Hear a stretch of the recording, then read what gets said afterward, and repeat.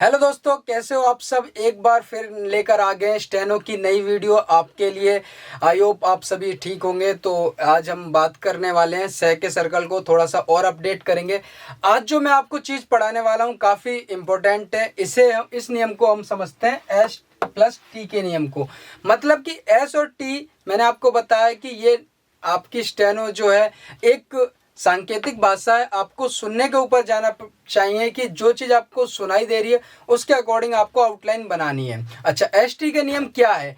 ST का नियम समझ लीजिए कि जब आपको स और त का एक साथ साउंड सुनाई देता है तो आपको एसटी का नियम यूज कर लेना है। जैसे स में हमारे कौन कौन से व्यंजन आते हैं, स और स। क्लियर। टी में हमारा होता है त, थ और ट। इस तरीके का अब ये कोई से भी एक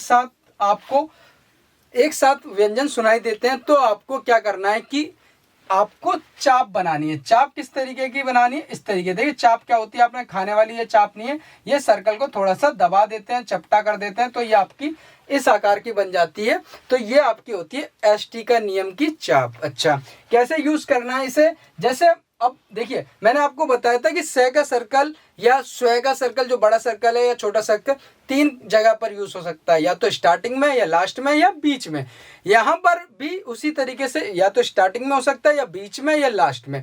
मगर क्या कंडीशन है कि स और त के बीच में कोई भी स्वर नहीं आना चाहिए। स और त के बाद अगर कोई स्वर आता है वो अगले व्यंजन के खाली स्थान पर चला जाएगा। मतलब देखिए पहले जैसे वर्ड है, एक वर्ड है स्तन, एक वर्ड है दोस्त। क्लियर। एक वर्ड है राजस्थान। देखिए ये तीनों कंडीशन है जिस तरीके से स और त जहां पर यूज होने वाले। पहला वर्ड है स्तन, तो यहां पर आपने चाप बना, ये सर्कल नहीं बनाना है, थोड़ा सा चपटा कर देना है इसे आपको, तो ये चाप बन जाएगा।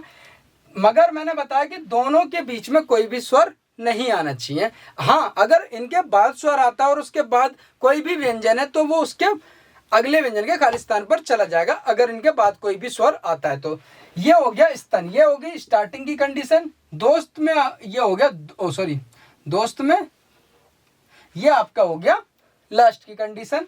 और अगर ये आपका है राजस्थान तो ये हो गया राजस्थान, तो ये हो गया आपके बीच की कंडीशन। इस तरीके से तीन जगह पर आपका एसटी का यूज होगा।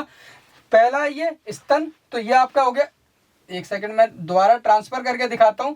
ये हो गई हमारी चाप देती है एस और टी का, तो ये आपका हो गया स और ये त और ये न। ये तो आपको क्लियर समझ में आ रहा है कि ये सतन, ये सतन कोई वर्ड है नहीं, तो ये आपको आइडिया खुद में लग जाएगा कि ये क्या हो सकता है, स्तन। ठीक है। एक वर्ड है ये जैसे दोस्त, तो ये हमें क्लियर है। अब मान लीजिए हम इसे मिटा लेते हैं, हमें इस आउटलाइन को ट्रांसफर करना है, तो हमने ये ओ का स्वर लगा दिया, तो ये हमारी पहली मात्रा है द ओ। अब ये हमें पता है कि दोस्त सहते तो है क्लियर। तो ये दोस्त किस तरीके से लिखा जाता है हमें पता है कि दोस्त हिंदी में इस तरीके से लिखा जाता है। आपको आइडिया मिल गया, तो ये आपको एक आइडिया दे दिया आपको बाकी हिंदी लिखना खुद आना चाहिए कि किस तरीके से एक एक वर्ड सही लिखा जाता है। तो ये हो गया दोस्त। इसी तरीके से ये हो गया रा।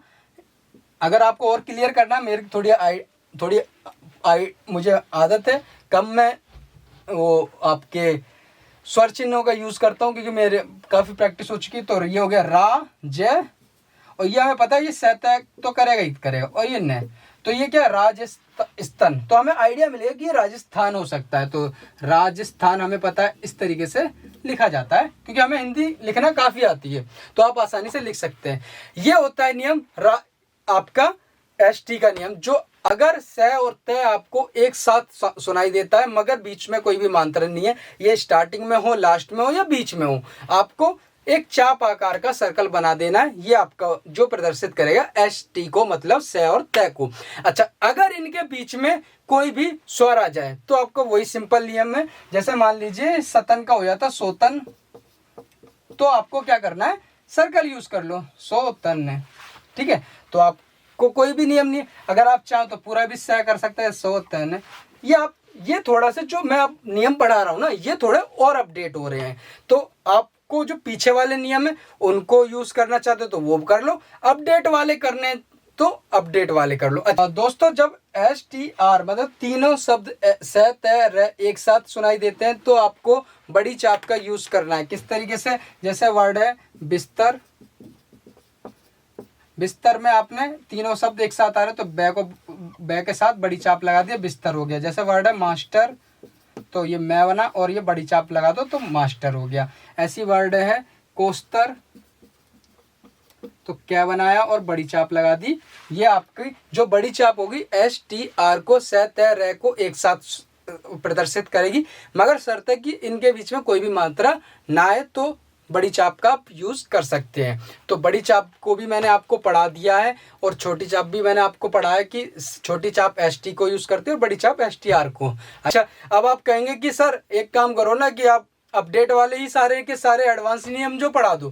नहीं, ऐसा नहीं होता, क्योंकि अगर आपको बेसिक धीरे धीरे नहीं पता चलेगा तो अगर मैं अपडेट वाले पढ़ाऊंगा आपको नियम तो उसकी जो बारीकियां होंगी तो आपको वो समझ में ही नहीं आएंगी। इसलिए मेरी मजबूरी है कि मैं इतना अपडेट भी नहीं आपको एक साथ पढ़ा सकता कि हाँ कि स्टेनो है यार, ये एक एक साल में नहीं आ पाती लोगों को। और मैं आपको अगर 10-15 वीडियो 20 वीडियो में अगर आपको स्टेनो समझा रहा हूँ, मगर वो स्टेनो समझा रहा हूँ ना कि आपको आना भी तो चाहिए ना कि हाँ मुझे आता है तो मैं आपको एडवांस नियम पढ़ा दूँ तो उससे काम नहीं चलने का है। तो आपको क्या है कि धीरे धीरे समझना। हाँ, एडवांस नियम वो भी और आएंगे, मगर इनका भी यूज करते चलिए। देखिए, एक ही वर्ड को आप कम से कम 30 तरह और कम से कम 4 तरीके से 5 तरीके से बना सकते हैं। जैसे फॉर एग्जाम्पल आपको मैंने बताया एक वर्ड है ये स्तन, ठीक है।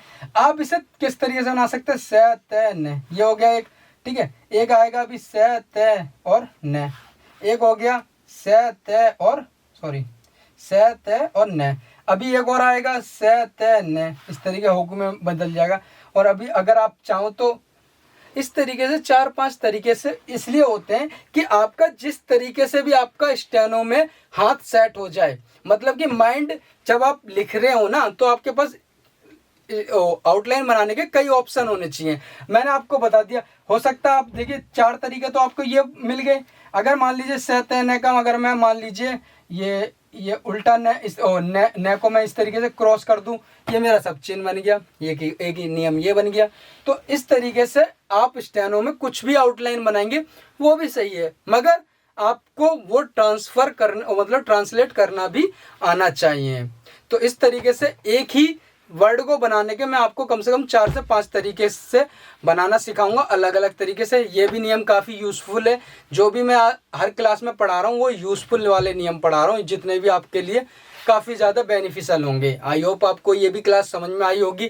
और सब चिन्ह मैं इसलिए नहीं पढ़ा रहा हूँ क्योंकि देखिए मैं नहीं चाहता कि पूरा का पूरा कोर्स मतलब कि आपको लगे कि यार ये तो बहुत बड़ा बवाल है, ये तो हमें 1 साल में भी नहीं आ पाएगी। और सब चिन्ह क्या होता है, एक आपका प्रैक्टिस करने के साथ साथ आपको आ जाएगी, तो वो आप किसी भी किताब से कर सकते हैं। इस एक्सरसाइज से मिले जुले जो भी सब चिन्ह आपको मिलते हैं किताब में, तो वो आप प्रैक्टिस कर लीजिए घर में भी। उसे पढ़ाने वाली चीज़ नहीं है मैं आपको लिख दूं कि बेटा ये वाले याद कर लो, ये वाले याद कर लो, ये वाले याद कर लो, तो उसमें फ़ायदा क्या। मैं आपको नियम पढ़ाने के लिए क्लास लगा रहा हूँ, तो आप नियमों को समझिए, नियम किताब से सब चिन्ह किताब से यूज़ कर लीजिए। नेक्स्ट क्लास में एक और अपडेट नियम समझाऊंगा। आई होप इसी तरीके से आप प्रैक्टिस करते रहेंगे, क्योंकि मैं जो एनर्जी वेस्ट कर रहा हूं तो उसका कुछ ना कुछ फल मिलना चाहिए, और आपसे मुझे ये मिलना चाहिए कि यार कि हाँ आपने कुछ सीखा है। टेक केयर, बने रहिए, इसी तरीके से प्रैक्टिस करते रहिए।